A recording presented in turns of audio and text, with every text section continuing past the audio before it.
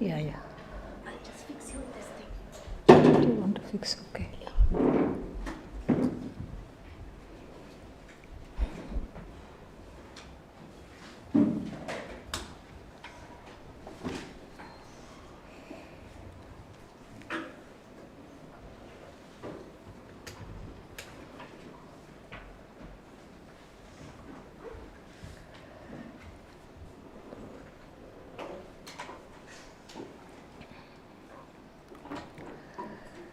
Om Sahana Bhavatu Sahanau Bhunaktu Sahaviryam Karavavahai Tejasvinavadhitamastama Vidvishavahai.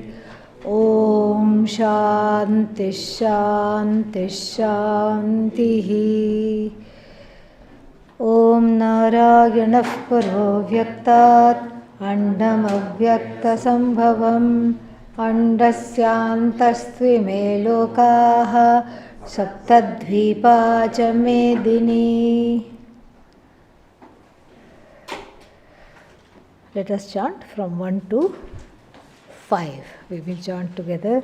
Anashrita karma phalam karyam karmaskaroti yaha sasannyasi cha yogi cha na niragnirna chakriyah yam sanyasamiti prahuhu yogam tadvidhi pandava nahya sanyasta sankalpah yogo bhavati kaschana आरुरुक्षो मुनेर्योगं कर्मकारणमुच्यते योगारूढस्य तस्यैव शमः कारणमुच्यते यदा हिनेन्द्रियार्थेषु कर्मस्वनुषज्जते सर्वसङ्कल्पसन्न्यासी योगारूढस्तदोच्यते उद्धरेदात्मनात्मानं नात्मानमवसादयेत् आत्मैव आत्मनो बन्धुः आत्मैव रिपुरात्मनः बन्धुरात्मात्मनस्तस्य येनात्मैवात्मना जितः अनात्मनस्तु शत्रुत्वे Vartethatmanyavastruvat. Yeah. So we are towards the end of this bhashya. Where is this?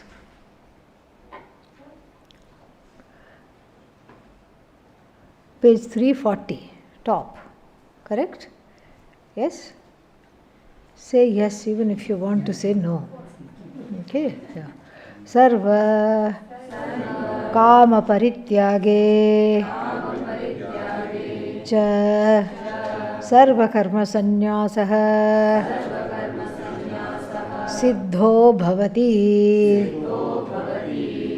So here it says that Sarva Kama Parityage Cha Sarva Karma Sannyasah Siddho Bhavati. Siddha Bhavati means it is accomplished. Siddhi means success, accomplishment. So what is accomplished? Sannyasa is accomplished. How is sannyasa accomplished? Kama parityage karma parityagah.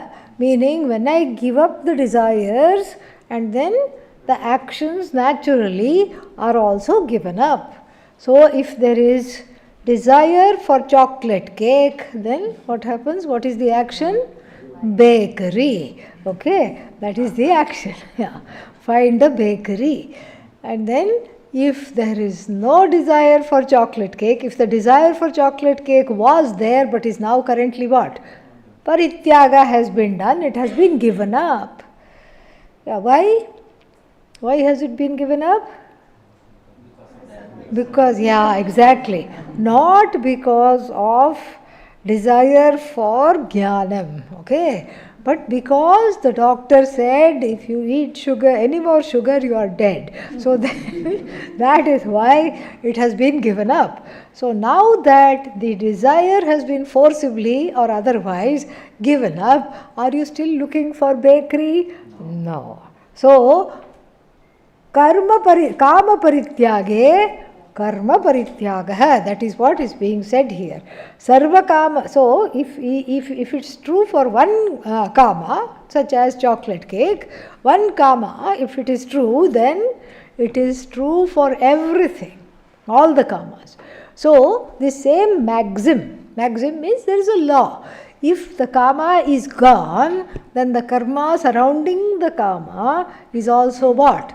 Gone, completely gone. How can it be there? If that is not there, it cannot be there. And so, here, one kama, when you give up, you know that the karma associated with it is no longer there. Now, imagine giving up all the kamas. What will happen? Adi Shankara will conclude, you won't even move. Yes, there is no desire to do anything at all. And then he quotes the Brihadaranyaka Upanishad 4.4.5 and also the Manusmriti, 2nd chapter. So, Sayatha kamo bhavati tat kartrur bhavati yat kratur bhavati, kratu it is, not kartru, yat kratur bhavati tat karma kurute. Yeah. So, sayatha kamo bhavati tat whatever is same thing, the Brihadaranyaka Upanishad, it says, as the desire comes up, then tat kratur bhavati. So the means for those desires. Performer means performing the means for those desires. What are the means for those desires?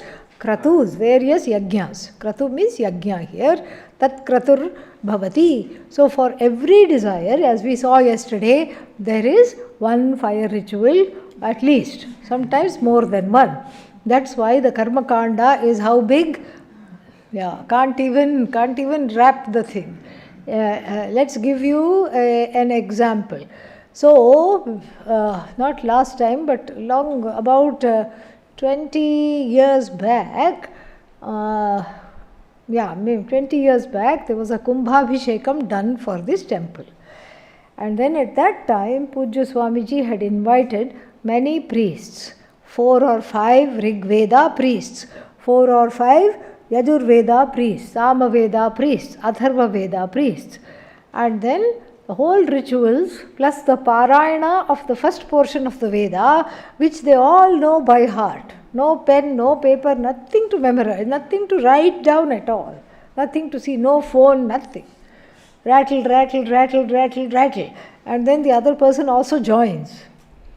And then, so they chanted for 10 whole days, all of them, non-stop, from morning to evening. And they took a little tea break and a breakfast. They started after breakfast. They took a little tea break in the morning, mid-morning and mid-afternoon. And then, of course, lunch. And up to dinner, they chanted every single day for 10 days. And then Pujya Swamiji wanted to make a point. So he said, how much of the Veda have you chanted? Oh, just maybe 1/8 or something. It was just a small amount. So 10 days of lagatar, bar chanting, or constant chanting, still does not exhaust. Each one is a yajna. And the yajna is for so many. See, some very common desires are there which are very universal, such as family welfare. Everybody wants. So there are so many yajnas for that. How to get along with the significant other. Who doesn't want? Everybody wants. Yeah. And then you can't ask them at that time, why did you get married then? If you are worried about how to get along. That is not the question to ask. What should you tell them? Do this yajna. Do this yajna. That's what to tell them. And then there are many yajnas. This Sudarshana Homa is there, and then from the Yajurveda, from the Rig Veda, this Aikya Mata Sutra is there. That Aikya Sukta Samvada Sukta Homa is there. So many homas are there. And then money. Who doesn't want money? No one. Everyone wants money. So for all kinds of wealth, homas are there. So all of them start to shine when there is kama. When the desire for that thing is there, then that yajna starts to become, look very good. Okay, I wish I could have that. I wish I could have that. I wish I could get over this pain of not having whatever it is, children, spouse and house and all these things. I wish I could have that. Let me do this yajna. So therefore, the Brihadaranyaka Upanishad just makes this point that that kratu is there for whatever the person wants, and then yat kratur bhavati tat karma kurute. In accordance to the desire, the karma is all done. Ityadi shrutibhyah. So even though one Shruti is quoted, Shrutibhyaha, he says, because there are many Shrutis which have these kinds of sayings. Yad yadhi kurute karma tat tat kamasya cheshtitam ityadhi smritibhyascha. So same thing. Whatever, the Manusmriti also says the same thing, but Manusmriti takes it from the standpoint of action. Here, the Adi Shankara and the Brihadaranyaka Upanishad take it from the standpoint of desire. So you can put it both ways. And what is the first way? Whatever you desire, then that becomes the cause, the hetu for those kinds of karmas. You can put it the other way also. What is the other way? Whatever karma you do has behind it a few desires in keeping with that karma. Correct? Yeah, like if you desire chocolate cake, you are not going to go and have a glass of water. That is not in keeping with that. So the appropriate desire, the appropriate karma is there for the appropriate desire.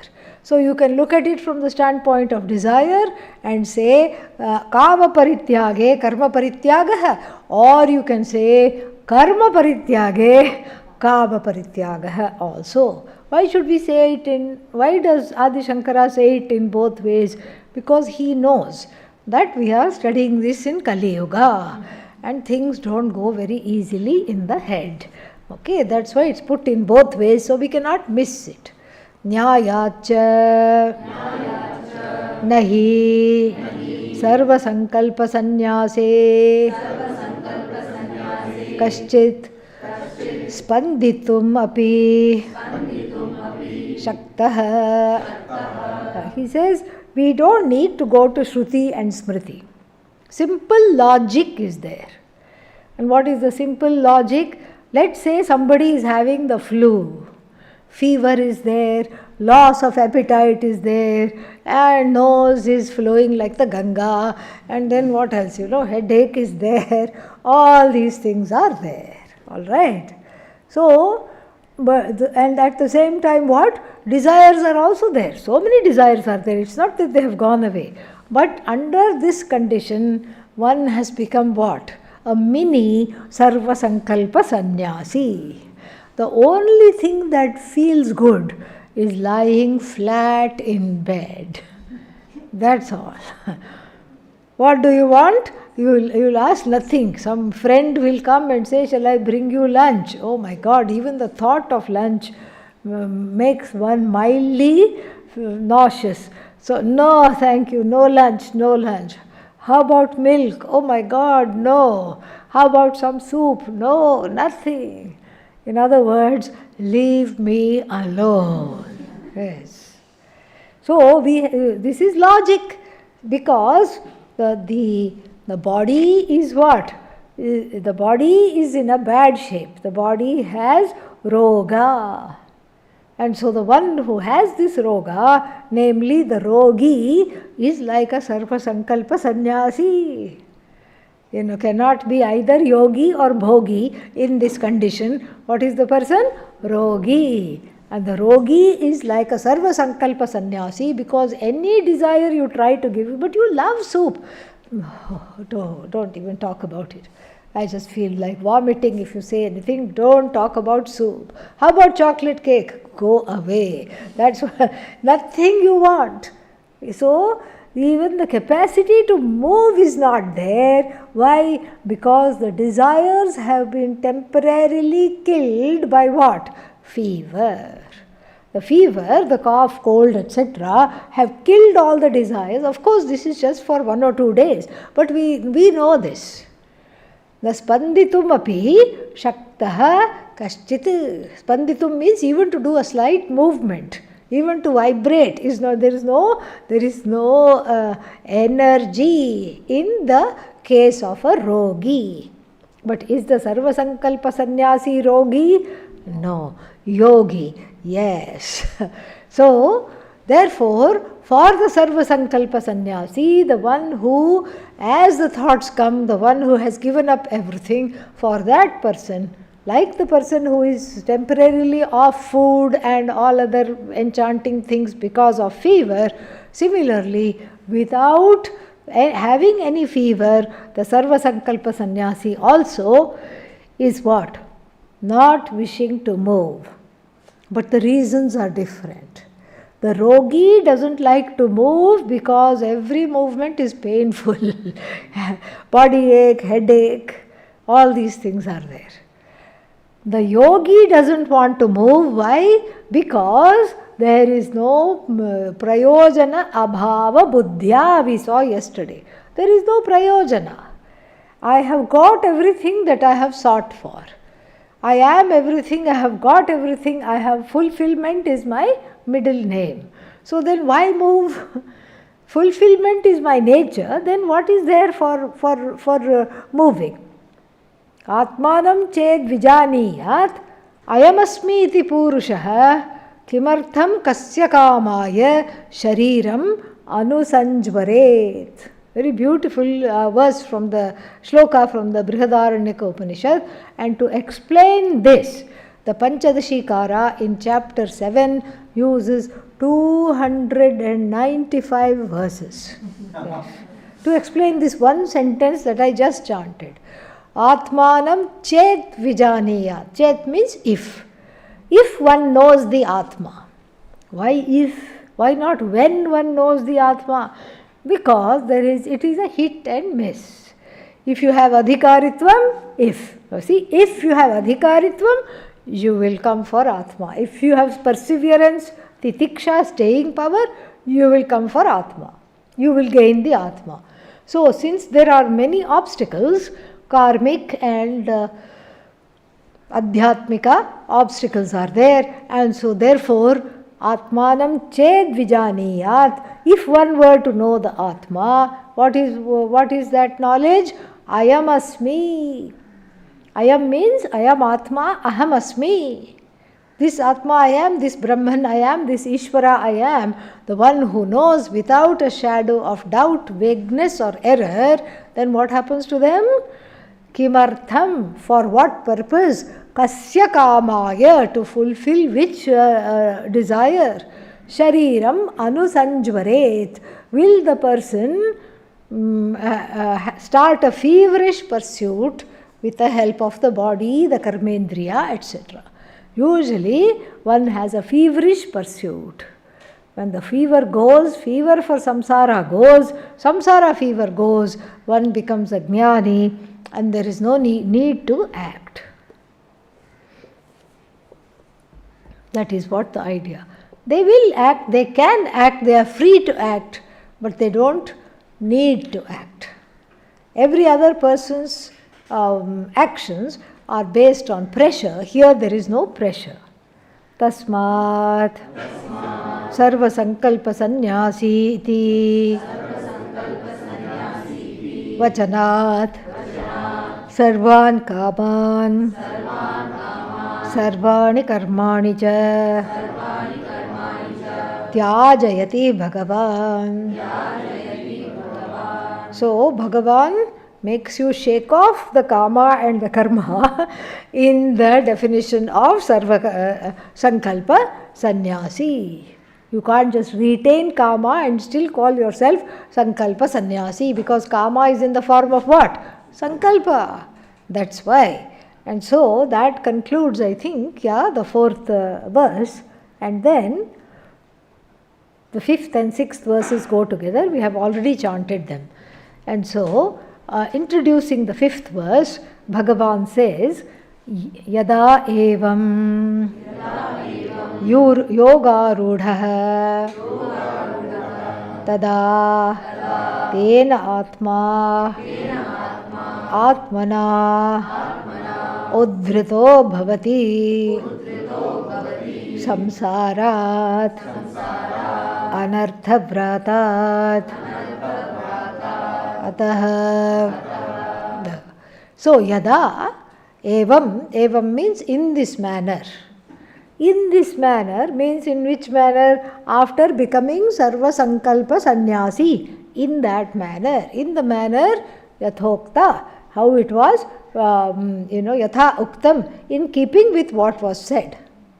So uktim, bhagavad uktim anatikramya, not transgressing what was said, in keeping with what was said, that the kama parityage karma parityagaha, this is how one becomes what? Sarva sankalpa sannyasi. And for this sarva sankalpa sannyasi is the coveted status of what? Yoga rudha. So yada yoga rudho bhavati, here this one is taking, and then in this manner, then what happens when one becomes yoga rudha in this manner?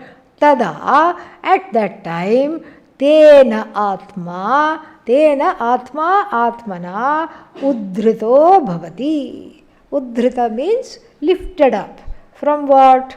So one has lifted oneself up. It says, lifted oneself up from what? Samsarat. From the samsara. What is samsara? Anarthavratat samsarat. Anartha means what? Na artham anartham. Simple negation.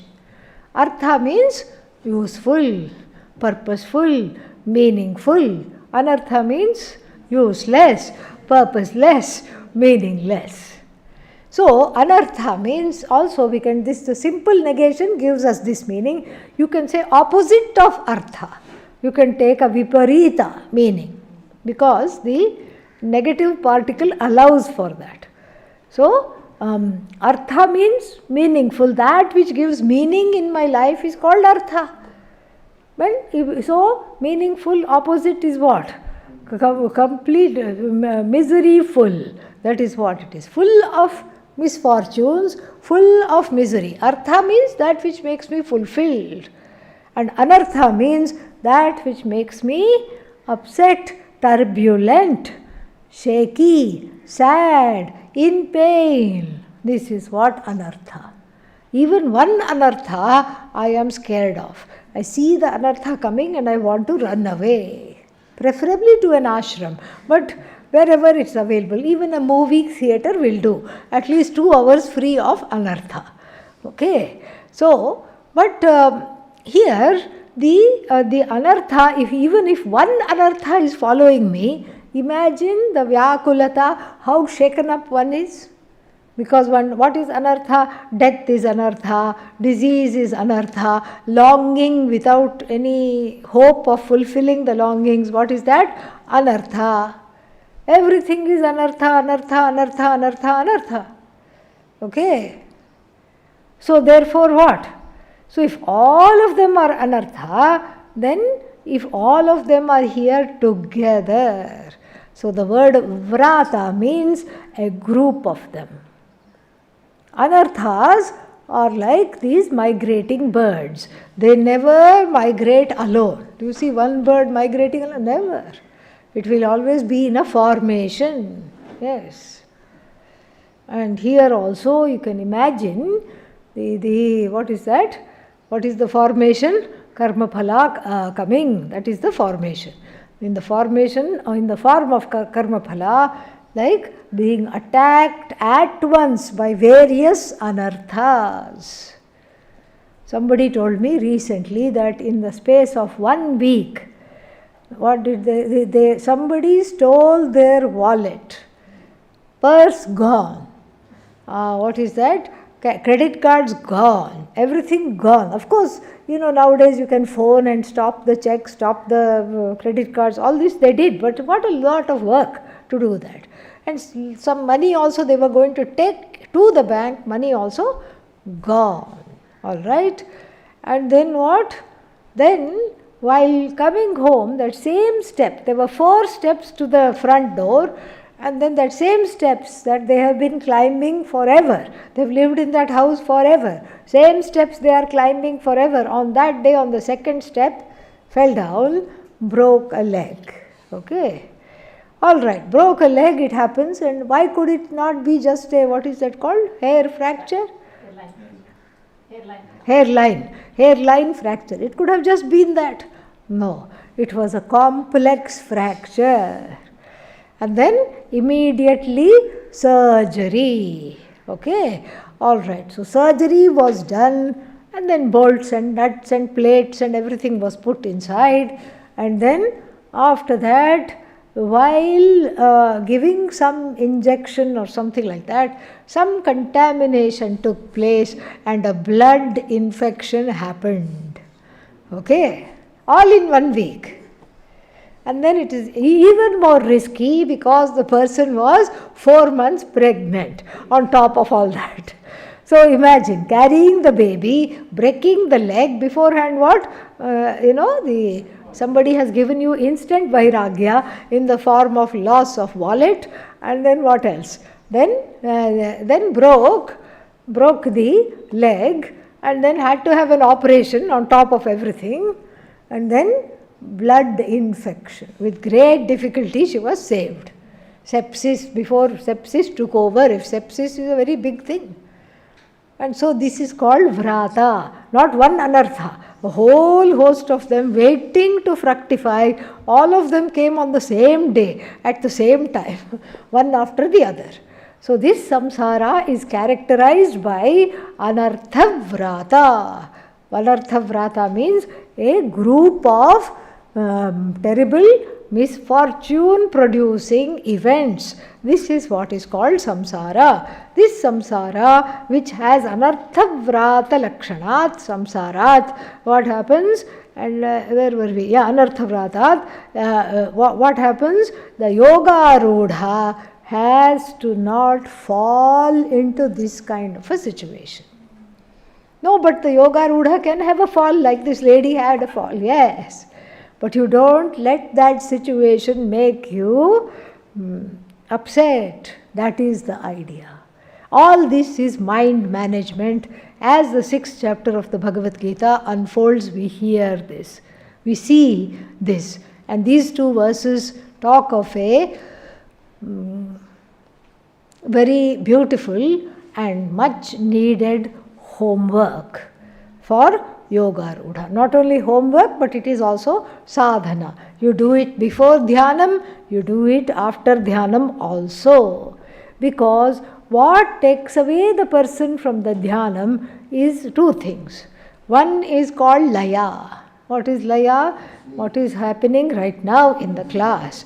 Laya. Okay. And the other one is called vikshepa. What is vikshepa? Distractions, with the mind going everywhere. Vikshepa. So laya and vikshepa are enemies of meditation. They are not friends. All right. So then when we look deeply into each of them, some interesting things emerge. So why does laya come? Especially in the morning. Okay, now you can understand, because all the oxygen is going to digest the food that you just ate. So then the brain is oxygen deprived. So therefore sleep comes after a big meal. All right. That is explainable. But in the morning, after a full night's sleep, sitting in meditation, what happens?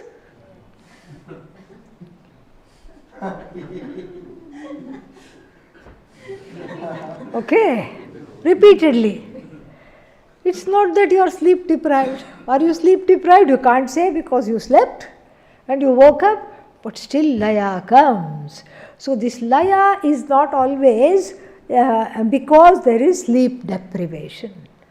Laya is there because one doesn't know how to relax. You don't know how to relax. Because that relaxation is equal to sleep. That is there tattooed on the head. Okay? Relaxation means what? Sleep.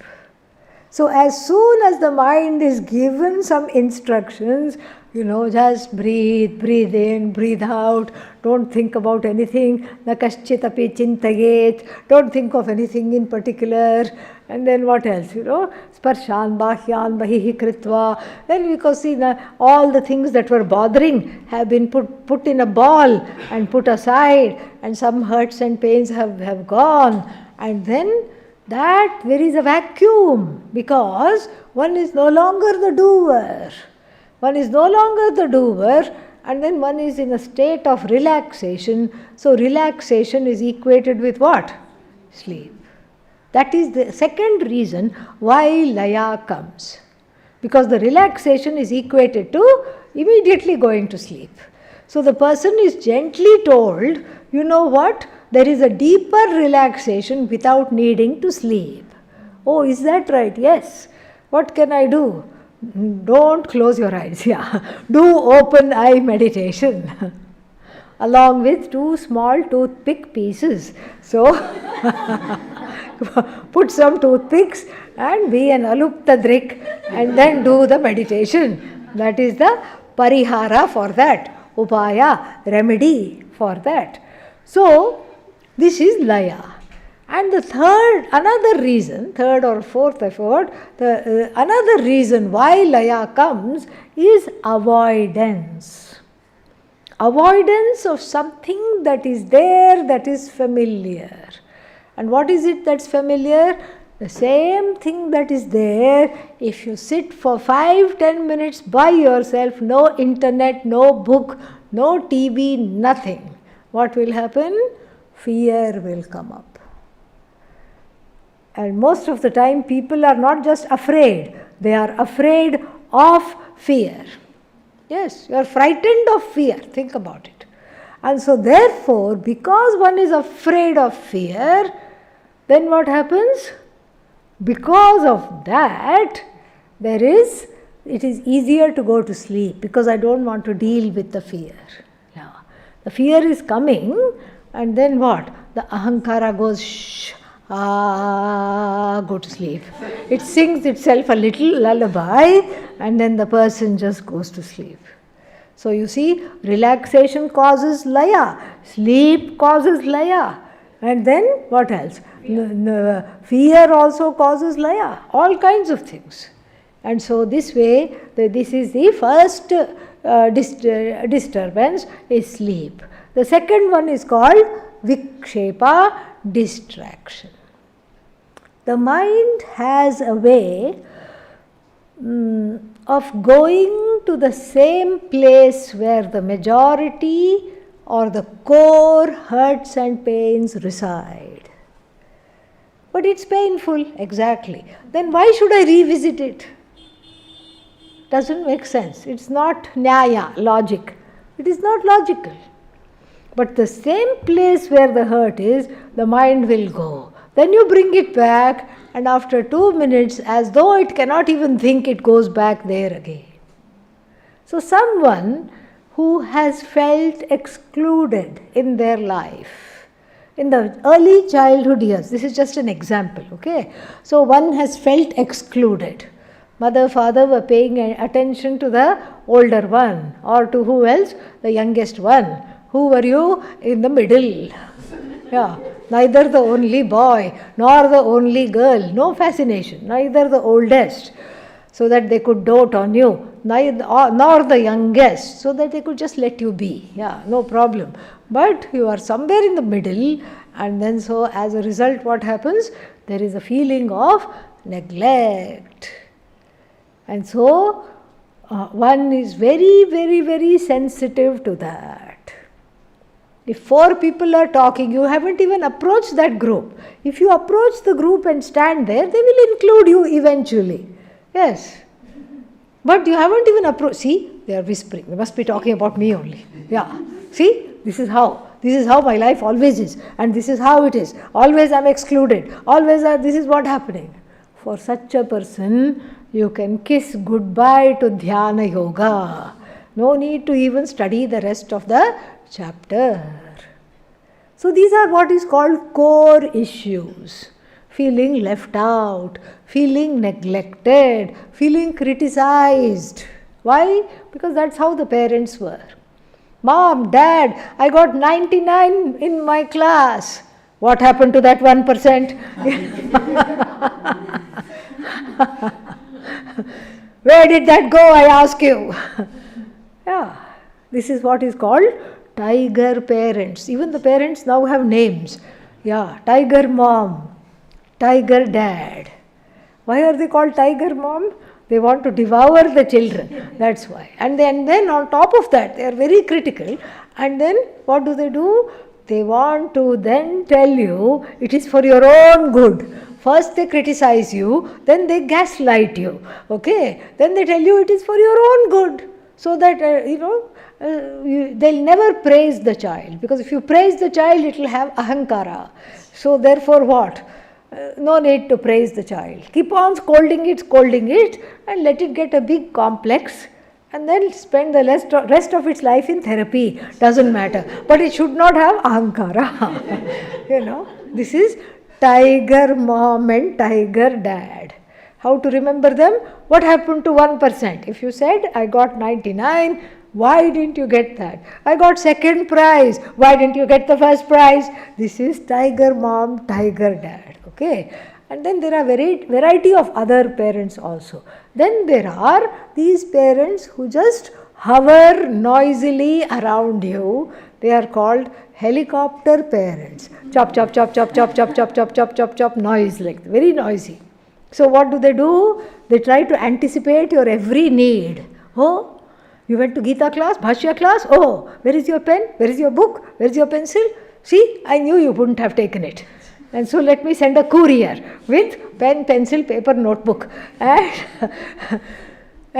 then, why did you go here? Why are you going there? That's a bad decision. You are going to Ganga Arati, why? Instead you could be sitting at home studying. Why could you do this? Why are you doing that? Oh, you are going to this Ganga Arati, that one is much better. And so like this, they have a say over all your thoughts, and they are the helicopter parents, aka colonizer parents. Okay? Yeah, they have colonized you. All right? And so that's the second kind of parents. And then the third kind of parents are more modern. These are a little bit old-fashioned parents. And then the third ones are a little more modern.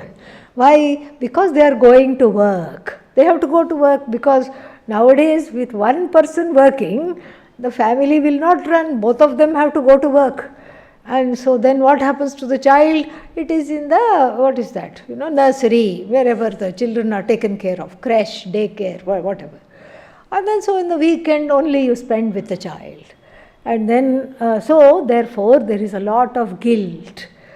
The guilt that we are not spending enough time with our children. So therefore they are overindulgent. Whatever you want is okay.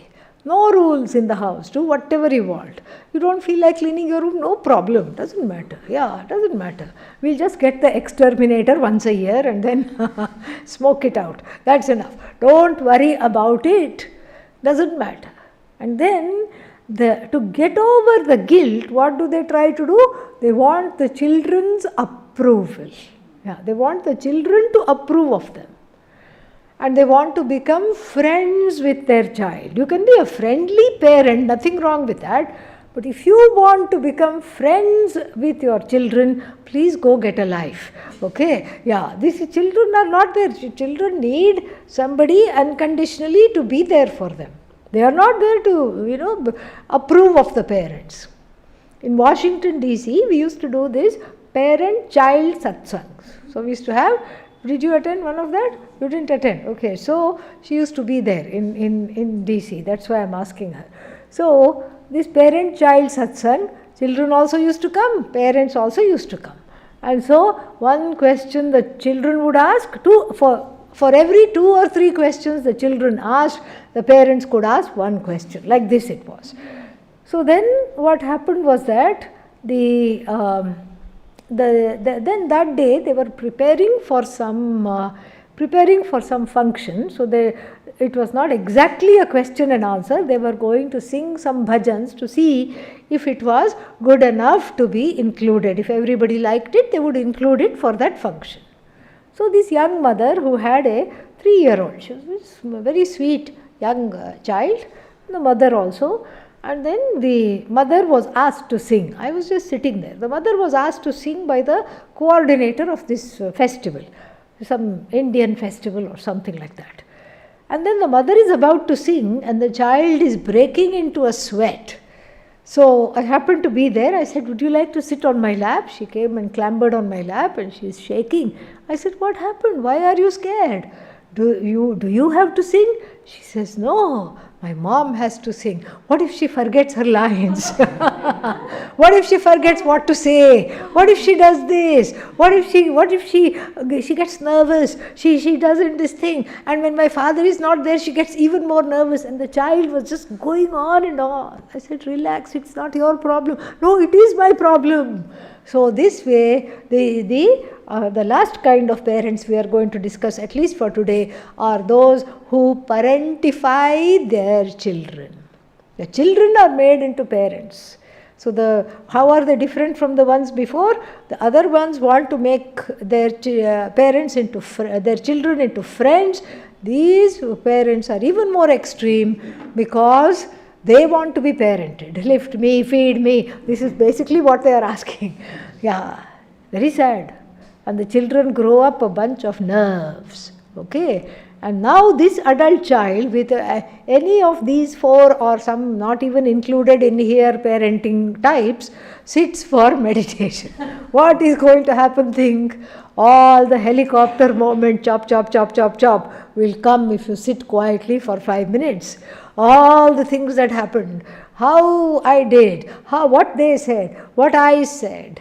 And then also the same things are being relived every day because the original pain has not been cleared. The original pain has not been dealt with. Where will it go? It will remain here only, and then any situation which reminds somebody slightly even of that will immediately, that pain will be activated. It was already dormant. It is activated. It's activated because there is the watering the seeds of that pain will activate that latent pain. Like supposing if someone while growing up has been criticized a lot of criticism, and then growing up they will be sensitive to criticism. In fact, everybody is sensitive to criticism. Nobody should be criticized. Nobody can be criticized. Nobody will tolerate it either. Either they will explode or they will implode. Those are the only 2 options of criticism. So then what happens? If supposing they talk to somebody who is critical, then that criticism gained in the family by the siblings, by the parents, that pain is activated. Siblings are far away. Parents may or may not be in this world. That's immaterial, but that imprint of that pain is there. Sometimes one knows the imprint of the pain, one knows the cause. Sometimes just the pain is there, the cause is also unknown because it's part of the unconscious mind. It has been suppressed. It is not there. It has been suppressed. And so therefore what? So therefore, whenever that in present time some situation is encountered, it doesn't even take for the person to criticize. All they have to do is resemble how your parents looked. That's enough. Yeah. Unbeknownst to one, there is a feeling of unsafety. Oh no, I don't want to do this. This kind of a feeling is there. And so therefore, these 2 verses are techniques to come out of the unconscious mind, and they are to be followed diligently, especially for a yoga rudha. If you want to be a yoga rudha, this is another, inside this antaranga sadhana called dhyanam, it is the innermost sadhana called, what is that called? Taking care of the unconscious mind. And these two verses are going to tell us how to do it. I have to end the class early because I have a meeting with Sakshat Swamiji, so we'll be only studying this much today. And then when will we pick it up? Monday we will pick it up. Om Purnamadah Purnamidam Purnat Purnamudachyate Purnasya Purnamadaya Purnamevavashishyate. Om Shanti Shanti Shanti. Shri Gurubhyo Namaha. Hari